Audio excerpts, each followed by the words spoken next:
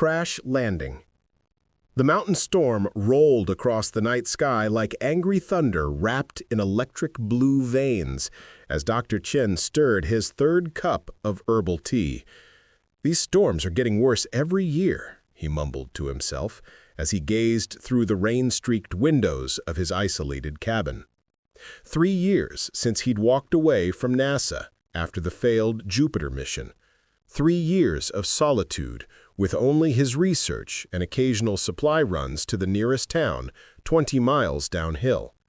A brilliant flash illuminated the entire forest, followed by a sound that wasn't thunder, more like metal tearing through atmosphere, a sonic boom that rattled his teacup and sent ripples across the surface. "That's not lightning," he whispered, setting down his mug and grabbing his raincoat. Outside, the rain pelted mercilessly against his face as he followed a trail of broken tree branches and disturbed earth. His flashlight beam caught something reflective in the clearing ahead, something decidedly not from this world. The vessel was surprisingly small, no larger than an SUV, with a sleek, purple-tinted exterior that seemed to absorb the raindrops without getting wet. Steam rose from its hull, where hot metal met cold rain. Then the side panel slid open. Dr. Chen stepped back instinctively, reaching for the emergency flare in his pocket. A figure emerged, slender and clearly disoriented. The beam of his flashlight revealed purple-tinged skin and eyes that reflected light like a cat's. "Hello?" the figure said, in nearly perfect English, though with an accent that seemed to vibrate slightly. "I apologize for damaging your vegetation." Dr. Chen blinked twice. "You speak English?"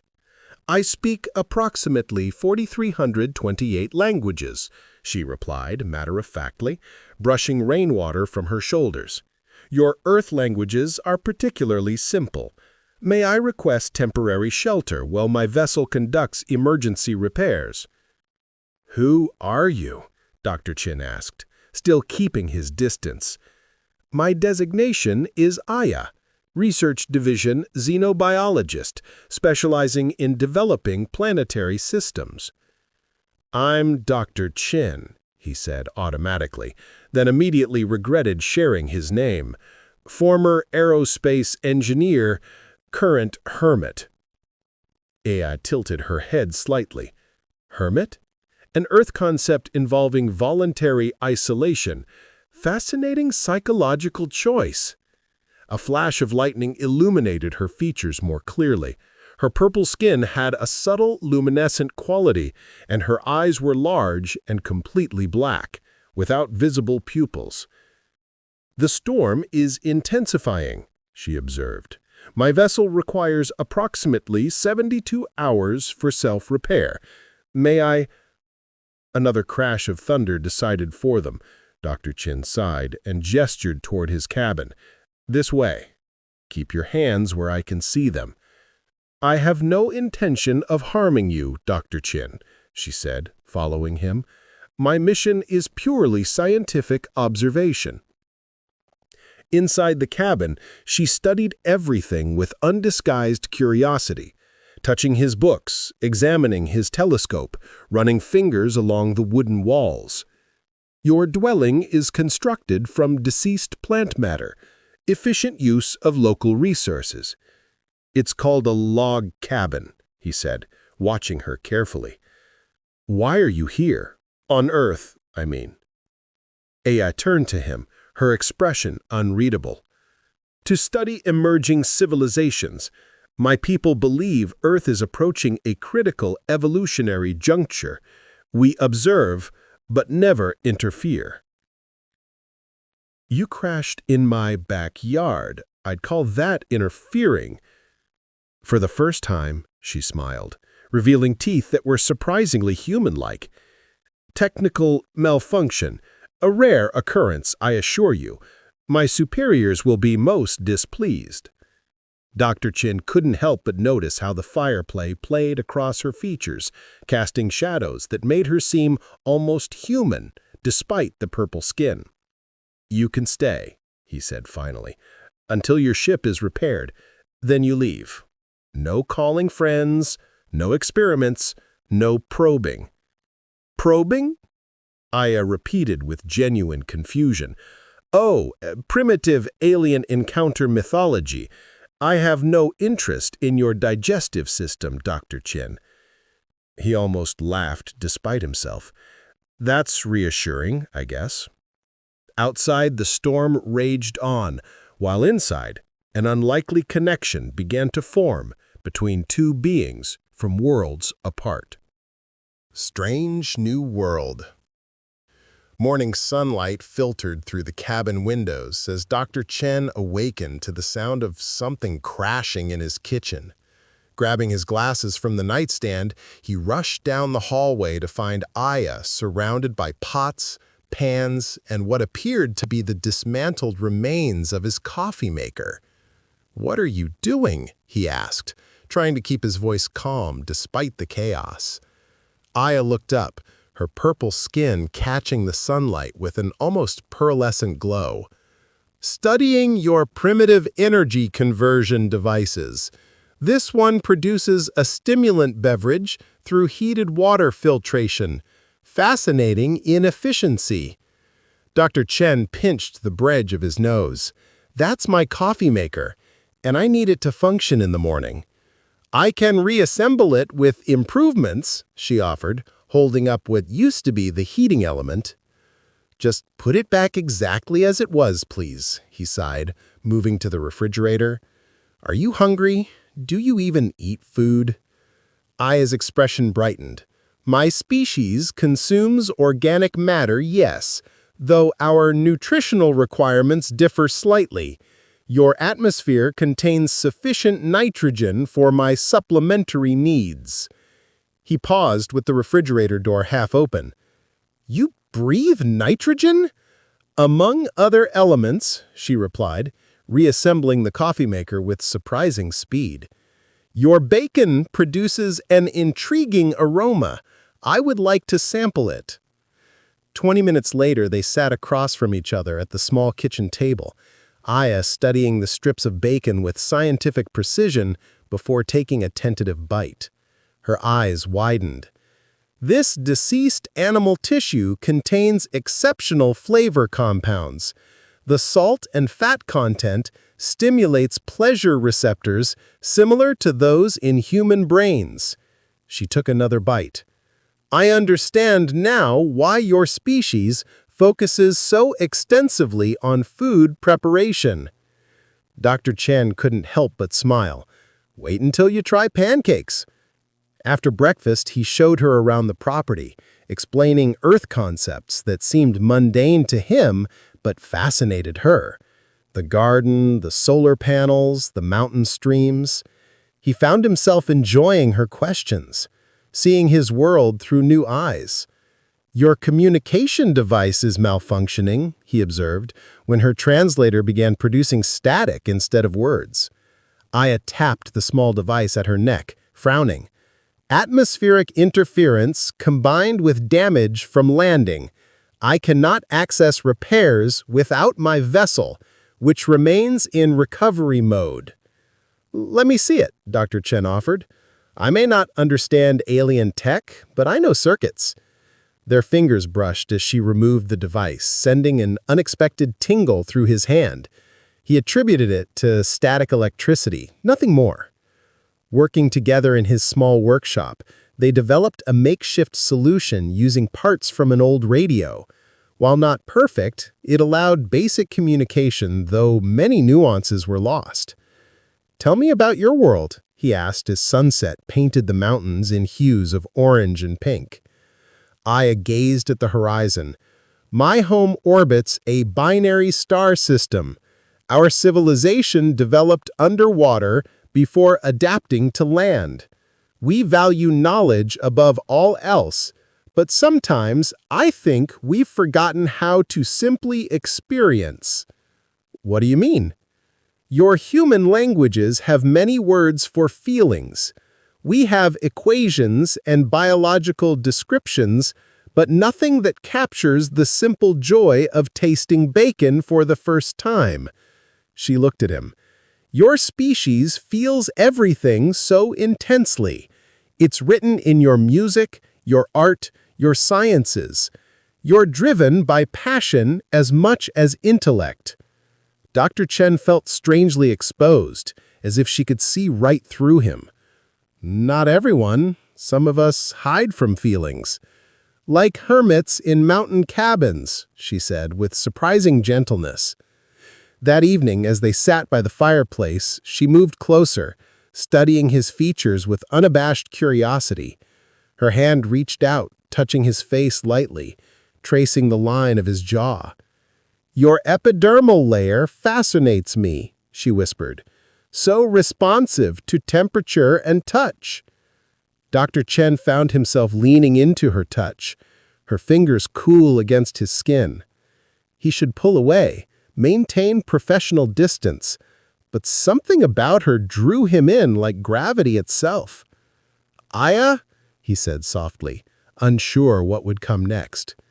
In the firelight, her purple skin glowed like twilight stars, and for a moment neither of them were scientist or alien, just two beings connected by something neither fully understood. Signals crossing. 10 days had passed since Aya's crash landing, and Dr. Chen found himself checking his calendar with increasing frequency. Her ship needed only 72 hours for repairs, yet here they were, nearly 2 weeks later, with Aya showing no signs of departure. Your atmospheric conditions affect calibration, she explained when he finally asked, standing beside her ship, which now hummed with a low pulsing energy. Each repair reveals another system requiring adjustment. Dr. Chen nodded, trying to ignore the relief he felt. No rush, the company is nice. Aya's communication device chirped, suddenly emitting a series of sounds like electronic birds arguing. Her expression darkened as she pressed her finger to it, listening. My superiors, she said finally. They're demanding status reports. They've detected my vessel's energy signature. Are you in trouble? She turned to him, her dark eyes reflecting the afternoon sun. My mission parameters did not include extended contact with planetary inhabitants. I have violated several protocols. What happens if you disobey orders? Extraction, she said simply. Possibly memory adjustment. The thought sent a chill through him. They would erase your memories of Earth? Of this? Of you, I added softly. That evening, they worked together in his workshop, ostensibly repairing her translator, but both knowing they were prolonging the inevitable. Dr. Chen found himself watching her purple hands manipulate the delicate tools with precise movements, her slender fingers working with confidence and grace. What's your favorite thing about Earth so far? He asked, trying to sound casual. Aya considered the question. Your stars. The way they look from here, so distant, yet somehow more intimate. She paused. And thunderstorms. They remind me of home in a way I cannot adequately explain. I could show you more, he offered. There is a meteor shower next week, the northern lights in winter, sunsets over the ocean. She set down her tools, turning to face him fully. Why did you leave your space program, Dr. Chen, when clearly the stars call to you? The question caught him off guard. No one had asked him directly, not since he'd walked away from NASA and his colleagues. We lost a mission. Jupiter orbital insertion, 3 astronauts. My calculations, my responsibility. He swallowed hard. After that, I couldn't trust myself with other people's lives. Aya moved closer, until she stood directly before him. Yet you trusted me, a potentially dangerous alien who crashed into your world. That's different. Is it? She whispered. Later that night, they stood on the cabin's small deck, a telescope positioned between them. The night sky stretched endlessly above, stars scattered like diamonds across black velvet. There, Aya pointed. The cluster your people call the Pleiades. My home is beyond that, approximately 17 light years. Dr. Chen adjusted the telescope. Show me exactly. As she leaned over to look through the eyepiece, her body pressed against his. A current seemed to pass between them, something electric and undeniable. He found himself studying the curve of her neck, the way her hair caught the starlight. "Can you see it?" she asked, her voice soft. "Yes," he lied, unable to focus on anything but her. When she turned, her face was inches from his. Time seemed to stretch between them like taffy, pulling, thinning, but never breaking. Their first kiss happened without conscious decision, her lips cool against his, sending tingling sensations across his skin. Dr. Chen pulled back slightly. "Is this allowed in your protocols?" Aya smiled, her eyes reflecting starlight. "I believe this falls under intensive cultural research." They kissed again, deeper this time, his hands finding the small of her back, her fingers threading through his hair, the differences between them suddenly meaningless compared to the connection that had formed. Her communication device chirped again, insistent and demanding. Aya silenced it without looking.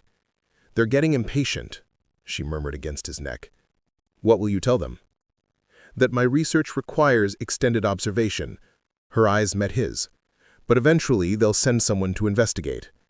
Dr. Chen pulled her closer, as if he could shield her from the vast reaches of space and the obligations that waited there. "How long do we have?" "Not long enough," she whispered, as overhead a shooting star blazed briefly across the night sky, echoing the fleeting, precious nature of what they had found. The stars watched in silent witness as human and alien stood entwined beneath them, writing a story neither of their worlds had prepared them for. Worlds colliding. The warning came at dawn, a high-pitched wail from Aya's ship that sent birds scattering from nearby trees. Dr. Chen found her standing beside the vessel, her purple skin paler than usual. "Commander Rena," she said without turning, "my superior, she's entered Earth's orbit." Dr. Chen's heart sank. How long? Hours, perhaps less. Aya's fingers worked frantically over her ship's control panel. "I've attempted to mask our location, but her tracking systems are more advanced." He reached for her hand. "We knew this might happen." "I didn't expect it so soon," she whispered. "I'm not ready." They spent the morning in frantic preparation, Aya downloading research data, Dr. Chen gathering supplies, though neither spoke about what they were really preparing for. His fingers lingered on hers whenever they passed tools, both acutely aware of the countdown ticking between them. Midday brought the unmistakable sound of atmospheric entry. A craft twice the size of Aya's descended into the clearing, its hull gleaming like burnished copper. The hatch opened, revealing a taller, purple-skinned figure with elaborate markings across her face. Her eyes, cold as distant galaxies, fixed immediately on Aya. "Commander Rena, your mission parameters were explicit. 14 cycles of silence, no data transmission. Explain." Aya stepped forward. "Commander, my vessel sustained damage during landing. The native inhabitant provided assistance. My research has yielded unprecedented insights into human behavior." Commander Rena's gaze shifted to Dr. Chen, studying him like a laboratory specimen. "This human has compromised your objectivity. Your biometric readings show emotional entanglement." "That's ridiculous," Dr. Chen interrupted. "She's a scientist, doing her job." "He speaks for you now," the commander said to Aya. "How far you've fallen." "I've risen," Aya countered. "I've discovered what our equations and protocols miss. The unpredictable beauty of connection, that humans love with their entire beings, not just their minds. You speak of primitive impulses. I speak of what our civilization has forgotten. We observe but never experience. We document but never live." Commander Rena's expression hardened. "You will return with me immediately for reconditioning." "And if I refuse?" "Then you become an exile, stripped of rank, citizenship, identity." The commander's voice softened slightly. "Is this human worth everything you are?" Dr. Chen felt Aya's hand slip into his, their fingers intertwining in silent answer. Cosmic decisions. Sunset painted the mountains gold as three figures stood in uneasy triangle beside the two alien vessels. The ultimatum hung between them like invisible chains. "I cannot force you to return," Dr. Renna finally said, "but neither can I allow unrestricted contact with this primitive world." Dr. Chen stepped forward. What if there was another option, a diplomatic one? Both aliens turned to him, Aya with hope, Renna with skepticism. "Your people observe developing civilizations," he continued. "What if Aya became an official ambassador, Earth's first contact? Instead of hiding, studying from afar, established diplomatic relations?" "Unprecedented," Renna murmured. "The High Council has discussed preparation for eventual contact. This opportunity arose unplanned, but perhaps it's time. My research could continue, but with transparency." Commander Renna paced the clearing, her footsteps leaving faint luminescent prints that faded quickly. "The High Council would require extensive deliberation." "Then deliberate," Dr. Chen said, "but Aya stays here as interim representative." Hours of negotiation followed, protocols modified, boundaries established. Commander Renna eventually returned to her ship with data samples and Aya's formal petition. As the commander's vessel disappeared into the evening sky, Aya turned to Dr. Chen, her eyes reflecting the first emerging stars. "It may be years before the council decides," she warned. "I'll be neither fully of your world nor mine." Dr. Chen pulled her close. "Then we'll build our own world right here. My biology differs from yours. My lifespan exceeds yours by centuries. There are so many unknowns." He smiled, brushing his lips against hers. "Isn't that what scientists live for? The joy of discovery." Later that night, they stood on the cabin porch, Aya's purple skin glowing softly in the moonlight. Her ship, now permanently docked behind the cabin, a bridge between worlds. "What happens now?" she whispered. "Now," Dr. Chen said, taking her hand, "we learn each other, one day at a time. You teach me about distant stars, I'll show you Earth's oceans. We'll write our own protocols." Aya smiled, leaning her head against his. "I came seeking knowledge about human civilization, and instead I found home," she whispered as overhead the stars continued their ancient dance, bearing witness to a love that transcended worlds.